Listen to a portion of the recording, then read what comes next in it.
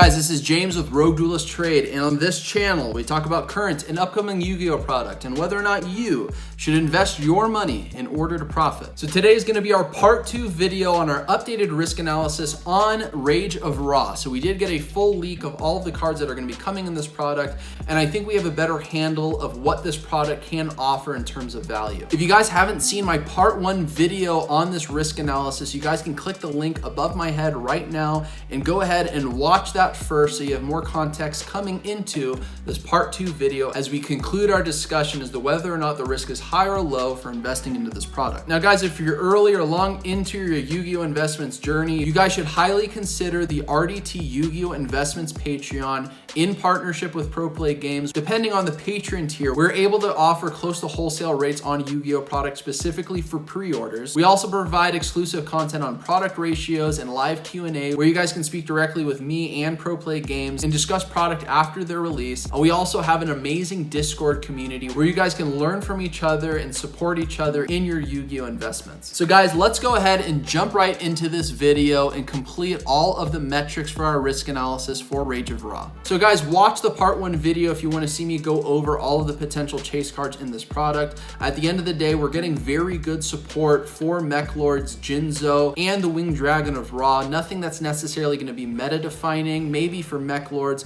and we're also going to be getting a ghost rare of Ra. We ended up scoring this as a 4. And then for current card support buyouts, there wasn't really a ton of fluctuation that I was able to capture. There were for a few cards. So because of that, we went ahead and graded that metric as a 3. So our first metric that we're going to be going over in this part 2 video is meta relevance. And as I mentioned in my part 1 video, I feel that Mech Lords has the greatest potential of being a meta relevant engine in future formats. So this archetype doesn't really lock you out of anything else. Now there is one card that is coming in Rage of Ra that does lock you into special summoning machine monsters only. But because of that, this strategy really can fit as an engine for most machine focused strategies. And it's actually a very good way to get in an OTK. It's kind of like a beatdown type of strategy. And I think because of some of the support that we're getting that kind of can be 1 card combo or 2 card combo facilitators to kind of get you somewhere to an OTK, I think it's definitely something that should be considered. There's a lot of good Link and Exe machine support out there that can get you into an OTK fairly easily or provide further extenders for searching into your deck. Because of that, I graded this as a 3. I feel Mech Lords really does kind of bring this up to a 3 versus everything else. Next is collector value, fan favorite anime support, and this is very similar to what I already talked about in my original analysis back in July. But we're going to be getting Esperoba support, which is for Jinzo. We're going to be getting Aporia support, which is for Mech Lords, and of course Merrick, which is probably one of the best villains from the Yu-Gi-Oh series, especially the original Yu-Gi-Oh series, who is the holder of the Winged Dragon of Ra. So I think it's very cool that we're seeing him kind of as the cover character for Legendary Duelist Rage of Ra. And the thing that makes this metric higher in terms of its score is going to be the ghost rare Winged Dragon of Ra that we're going to be getting in this product. This is definitely going to help the long-term value for this product in the future, and it is going to be a huge collector's card. There's never been a ghost rare of a god card in the past. Ghost rares have not been printed for a very long time, and we're going to be seeing it for the first time in a Legendary Duelist set, and this is the very first time we've seen a higher rarity card like a ghost rare in a Legendary Duelist set. And I believe this is going to be the 7th Legendary Duelist set that we've seen. And as we're going to discuss towards the end of this video, Legendary Duelist sets do hold value long-term and gain value very quickly over time. So now that we have a Legendary Duelist set with a higher rarity card, we can really only speculate what's going to happen because of the collectability aspect of this product. So because of that, we went ahead and graded this as a 5. Next is influencer and consumer hype on social media. Before, I didn't have the best score for this because there really was a lot of people in the middle and not a lot of information out there yet. But ever since that we found out that we're going to be getting a ghost rare of the Winged Dragon of Ra, people have been going crazy for this product. I've been seeing it from the influencer perspective, and I've been seeing it a lot from just directly from people posting in my videos on the comment section, seeing it in Facebook groups or the RDT investment Facebook group, even on my Discord. I've been seeing a lot of people very hyped for this product. So I went ahead and graded this as a 5. I mean, they are really going to be setting precedents for the Legendary Duelist sets by having a higher rarity chased after card, like a Ghost Rare of the Winged Dragon of Ra. Next is product value versus cost, and I did go through this very thoroughly in my original analysis video for the Rage of Ra, but looking at it from this perspective, it costs about $72 MSRP. If you guys are able to pre-order this product, it costs about $45 per box on pre-order if you're able to get it kind of closer to distributor rates. So immediately you guys can see that the value for this product is lower than core product. Let's just say of like Rise the Duelist, that's typically like a $94 MSRP. The reason why is because you only get 5 cards per pack and you're not promised a holo in every single pack, so you're getting less cards. But I think that definitely plays a role in the value, because in the market, people are expecting that higher MSRP value, and Legendary Duelist sets have a lower MSRP value. So I think people are more willing to pay more in the future based on the cost per box. If you guys saw my original analysis video, I went over how these products tend to go up significantly in time for Legendary Duelist sets. Now, I wanted to compare how the value has fluctuated since the time I posted my original analysis back in July up until now in September. So it's been about 2 months since the prices that I'm about to show you for all these previous Legendary Duelist sets. So first is LED 1, or the original Legendary Duelist set, which had Joey Wheeler as the cover character for this product. So back in around July 17th, it was sitting at about $218 as the lowest price per box for this product with only 3 listings. But now with 4 listings up, its price point dropped to about $156 per box, which means that its price has been reduced by roughly 28% just in the past 2 months from me posting my previous analysis. Now, I believe the reason why is we did get Legendary Duelist Season 1, which did come out soon after my initial analysis. And I think my initial hunch was correct that these rewaves of these Legendary Duelist season sets are actually hurting the value for the original prints, because the cards that came out of this product was reprinted in Legendary Duelist Season 1. And as you guys can see, that turned into a 28% reduction in this sealed product's value. Now next, which is a little bit different, is the Legendary Duelist 2 set, which is Ancient Millennium, which featured Pegasus. So this set was also reprinted in Legendary Duelist Season 1, but for some reason it did not see a decrease. It's actually seen a very slight increase of 2% over the past 2 months. I can't really tell you guys why. Maybe it's because there's tune cards in this product. Maybe it's because that there's cards that were more chased after in this product. I'm not really sure. I would be interested to see if this set continues to hold value, especially because we had the Dragons of Legend, the complete series set that came out, which reprinted Toon Kingdom, which was one of the higher chased after cards in this product. Now guys, consider you could have paid $45 per box when this set came out and released if you were able to get it for pre-order. So $45 and turning that into $390 is very good. Next is Legendary Duelist 3, which featured Kaiba, and this product has actually also gone up in value very marginally by 2.5%. It was sitting at about $195 when I first recorded this back in July, and it has gone up to about $200 in value. Next is Legendary Duelist 4, which is Sisters of the Rose, which featured My Valentine, and this product has gone down by 14%. And I think the reason why, because we did get confirmation that we're going to be getting a Legendary Duelist set Season 2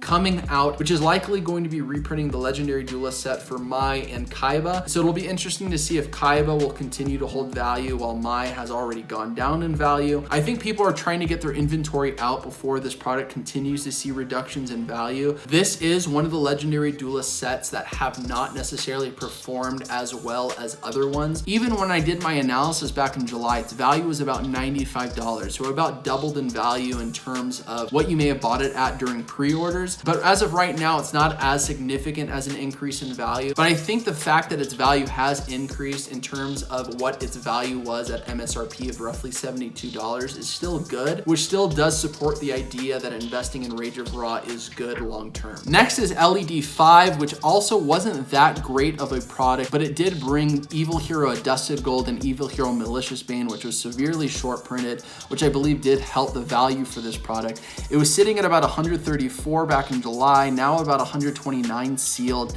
It did reduce about 4% in value. Now that could just be common fluctuations. But I do think it's interesting that there was about 7 listings on TCG Player back in July, while there's only 4 listings in September and the value's lower. Next is Legendary Duelist 6, which is actually one of the better performing products for the Legendary Duelist. This is Legendary Duelist Magical Hero. It gave us Magician Souls, which actually saw a lot of meta play and still sees a level of meta play today. And it gave us a lot of other great support for Dark Magicians and Heroes, which are some of the more coveted archetypes in terms of collector value and casual play. Interestingly enough, this product was about $174 back in July and dropped to about $163 and has a lot more listings up right now. So it had 5 listings in July, now has 11 listings. So I could imagine that people were holding on to this product and they're trying to move it because they know it's inevitable that there's going to be a Legendary Duelist season 3 or 4 set that's going to come and reprint cards from this product. So it has gone down 7%. So I went ahead and kept the score as a 5 for this metric. The reason why is that I believe that there is still going to be a good long-term hold for this product. I would try to sell it before it gets reprinted in another Legendary Duelist season set. But even after that, I think after the Legendary Duelist season set that reprints Rage of Ra, if you hold it on long-term even past that, the first edition Rage of Ra boxes are going to keep more value long-term. Look at Legendary Duelist Ancient Millennium as an example. That set was able to defeat the odds and hold value. We'll see if that continues to happen down the road, or maybe if people aren't able to move that inventory on their Ancient Millennium if they're trying to get rid of it,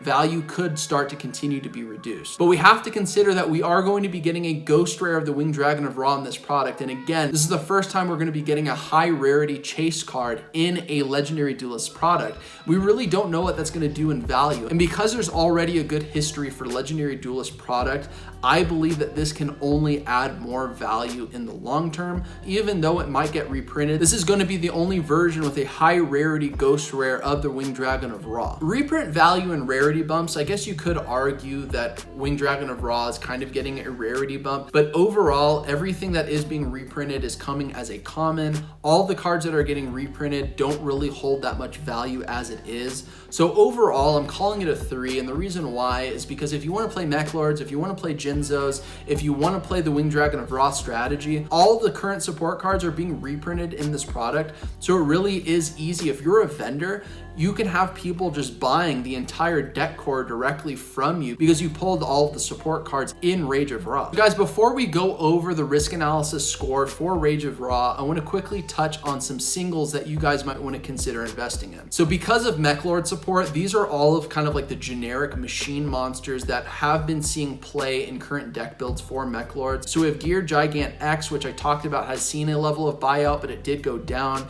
Its highest rarity is currently about $5 for its secret rare. And then there's 2 printings of number 27 Dreadnought Dreadnoid, and its secret rare printing sitting at about $4, its ultra rare sitting at about 50 cents. And this card gets you into Super Quantal Mech King Great Magnus. This card also has 2 printings, its secret rare sitting at about $2 and its ultra rare sitting at about 50 cents. And this card is actually very good and a very good OTK facilitator. And then you have Platinum Gadget. Platinum Gadget only has 1 print from Dual Power, and it's sitting at about $3. This card requires 2 generic machine monsters, and it gets you an additional search from your deck. Definitely a very good card. And honestly, you could probably see this in Jinzos as well, because Jinzos also are a machine strategy. And next are some cards that could go up in value because of the Winged Dragon of Ra strategy. So Winged Dragon of Ra Sphere Mode has 2 ultra rares in the marketplace. Both I think are good potential investments. They have gone up in value, and I think they are starting to go down a bit, which might be a good time to buy in. Not only is this a very good tech card, depending on the format that we are in the meta, this card is obviously very good in the Winged Dragon of Ra strategy and is searchable. So with that being the case, this card is definitely essential in the Winged Dragon of Ra strategy. I don't know why you wouldn't play it. Next is Metal Reflect Slime, which is actually able to be searched by one of the slime token cards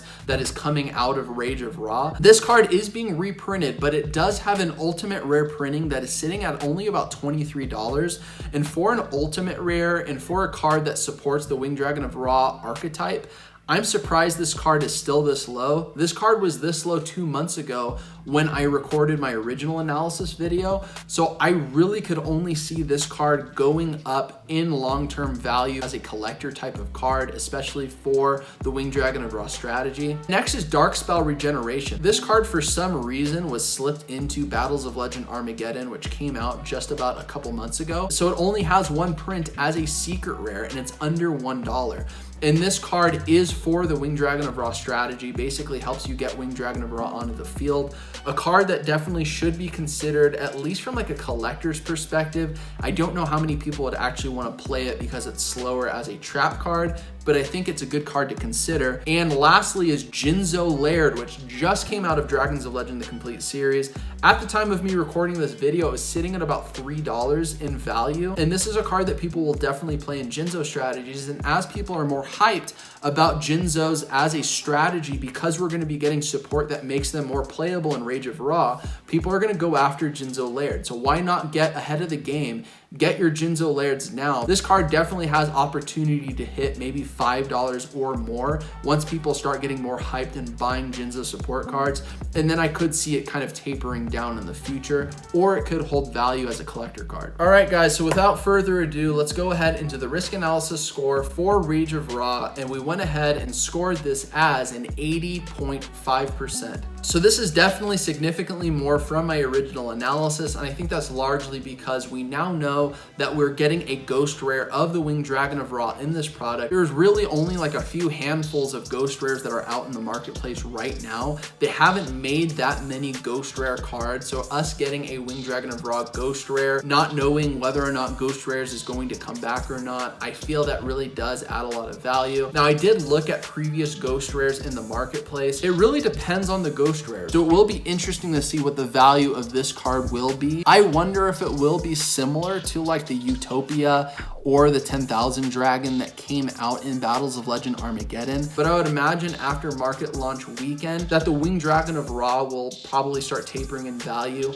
And then as a long-term hold, it'll probably start gaining value in the future, thus increasing the product of Rage of Ra sealed. So in conclusion, I feel Rage of Ra is a good product to invest into and hold as a sealed product, because I feel if you don't pull Ra, you might lose out on the value in this product. It'll really depend on what the value is going to be for some of these other chase cards in this product. But I think the Winged Dragon of Ra Ghost Rare will make this product hold better value in the long term. Now, the only thing that we now have is the rehash of the Legendary Duelist set through the Legendary Duelist season product that's now coming. Honestly, I kind of wish that from like a collector aspect that these cards weren't being rehashed in these season sets that are coming. But again, I think if you are able to hold on to it and sell it before we get confirmation of the next Legendary Duelist season set, I think that's where you'll probably get the most value. And if it does drop value because we do get an announcement that this set is going to be reprinted, I don't know if this set will drop that much in value, because I doubt they're going to reprint the Winged Dragon of Ra as a ghost rare again. So I think this will be very unique and the only one of its kind in terms of having this higher rarity Winged Dragon of Ra.